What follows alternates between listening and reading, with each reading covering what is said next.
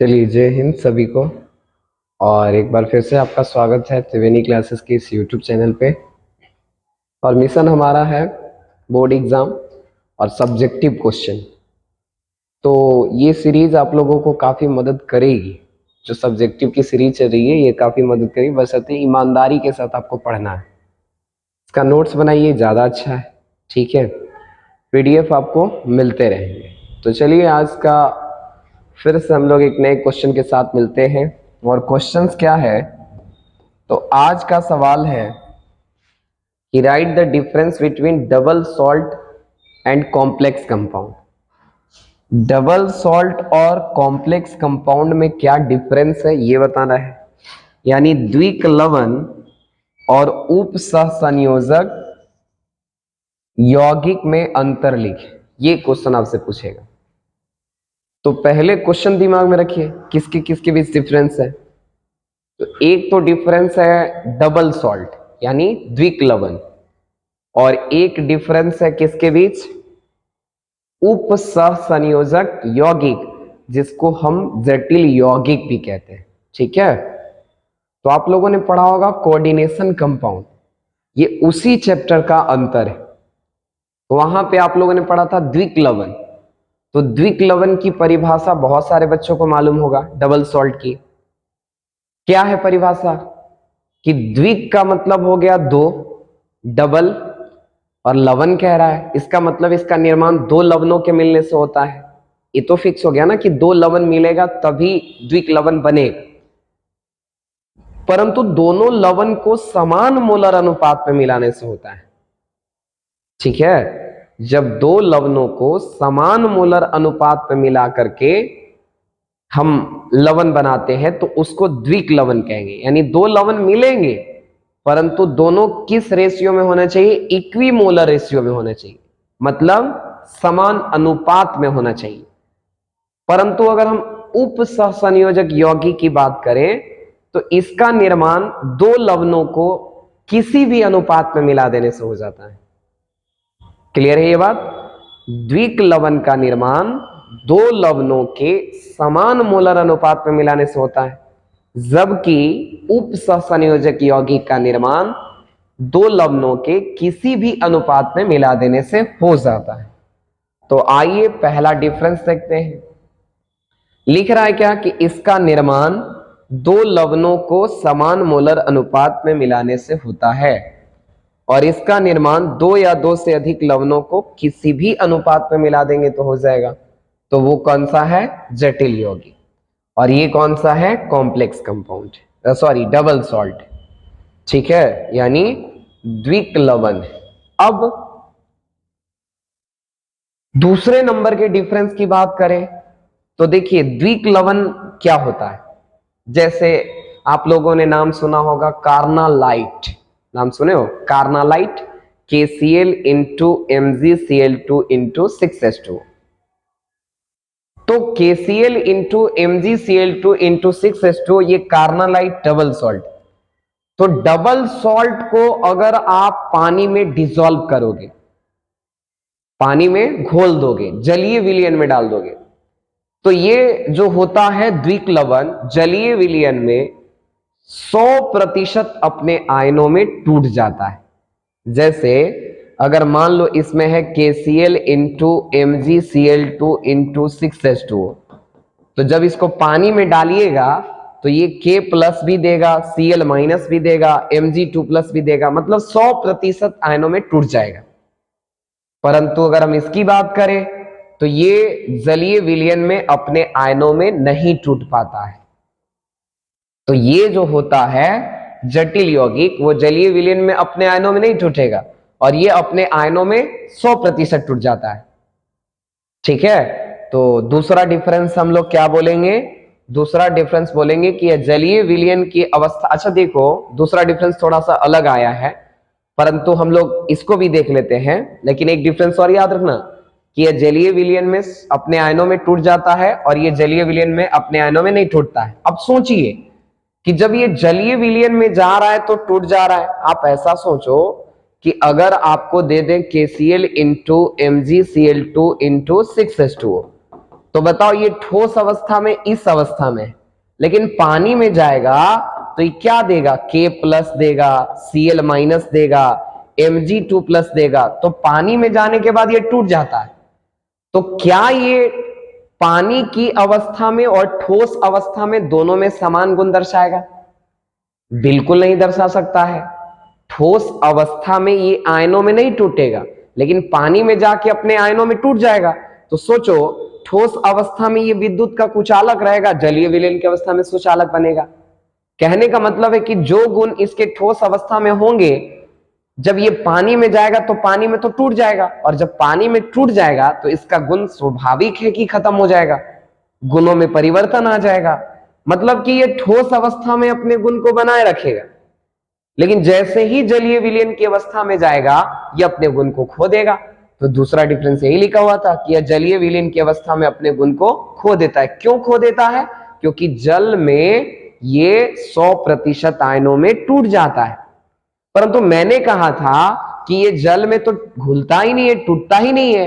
तो जब ये नहीं टूटेगा तो क्या ये जलीय विलयन की अवस्था में अपने गुण को खोएगा?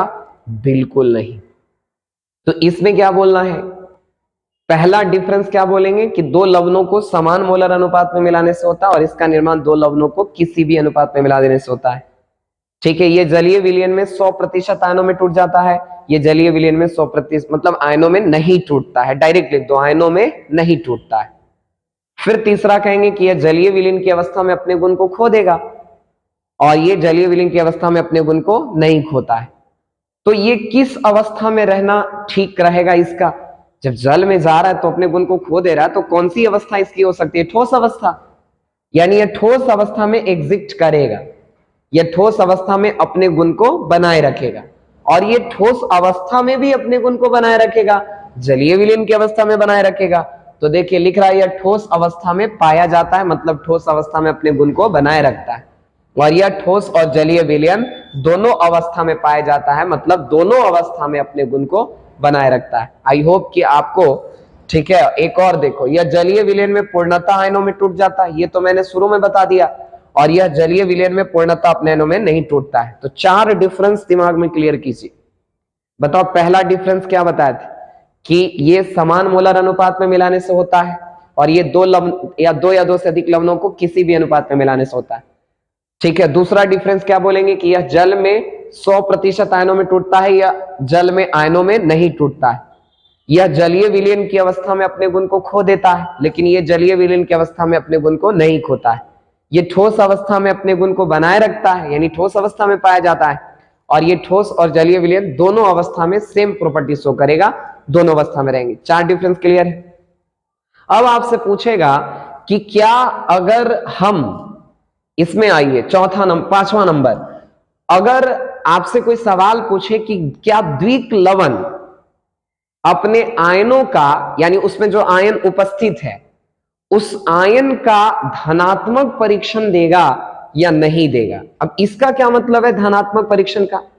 मतलब अगर हमको किसी से जिस चीज की उम्मीद है, ठीक है ना, अगर हमें किसी को जिस चीज की उम्मीद है और अगर वो चीज हमें मिल जाती है तो हम कहेंगे कि बिल्कुल पॉजिटिव है, धनात्मक परीक्षण है। लेकिन अगर हमसे आपको किसी चीज की उम्मीद है और हम वो नहीं दे पा रहे, इसका मतलब निगेटिव बात हो गई।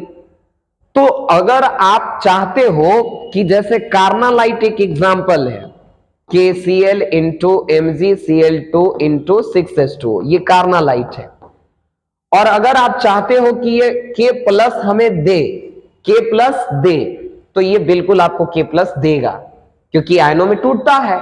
अगर आप चाहते हो कि हमको Cl- मिले तो आपको Cl- मिलेगा। तो इसको कहते हैं धनात्मक परीक्षण देना, मतलब जो हम इससे चाह रहे हैं, हमें जिस चीज की उम्मीद है इससे, वो चीज हमें ये दे पा रहा है, तो हम इसको कहेंगे कि अपने आयनों का कैसा परीक्षण देता है? धनात्मक परीक्षण। लेकिन जब ये बंदा टूट ही नहीं रहा है तो आपको इससे उम्मीद लगाना ही बेकार है, तो इसमें कहेंगे ये अपने आयनों का धनात्मक परीक्षण नहीं देता है, कठोर दिल वाला है। ठीक है, तो अगला डिफरेंस मेरा यही था कि देखो यह अपने आयनों का धनात्मक परीक्षण देता है। अंग्रेजी मीडियम वाला अपना पढ़ लेना, ठीक है। they give positive test on its constituent particles. तो ये अपने आयनों का धनात्मक परीक्षण देता है, ये अपने आयनों का धनात्मक परीक्षण नहीं देता है। ओके, 5 डिफरेंस क्लियर हो गया। पहला डिफरेंस बताओ, पहला डिफरेंस क्या है? दो लवणों को समान मोलर अनुपात में मिलाने से होता है, इसमें किसी भी अनुपात में मिलाने से होता है।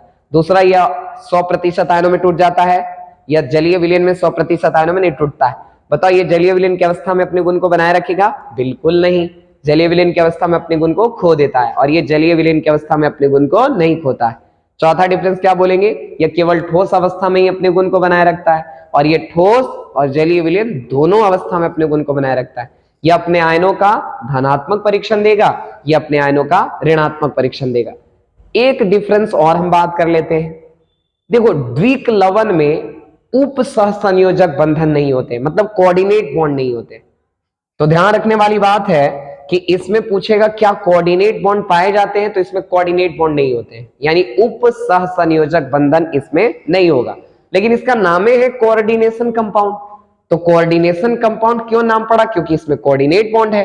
तो इसमें उप सहसंयोजक बंधन नहीं पाया जाता है, और इसमें उप सहसंयोजक बंधन पाया जाता है। तो देख लीजिए यहां से क्या डिफरेंस लिख रहा है। छठा नंबर डिफरेंस लिख रहा है कि इसमें उप सहसंयोजक बंधन उपस्थित नहीं रहता है, और इसमें उप सहसंयोजक बंधन उपस्थित रहता है।